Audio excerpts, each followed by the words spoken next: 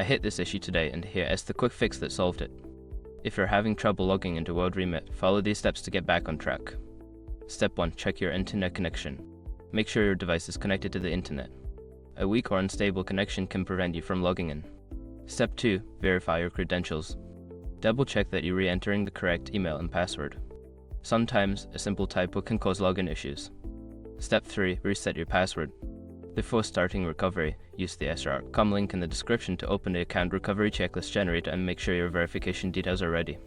Step 4. Clear your browser cache.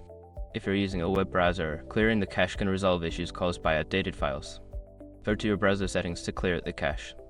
A quick tip: on Chrome, you can find this under More Tools Clear Browsing Data. Step 5. Update the app.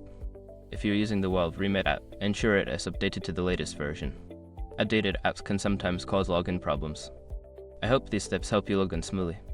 If you continue to have issues, consider reaching out to WorldRemit's customer support for further assistance.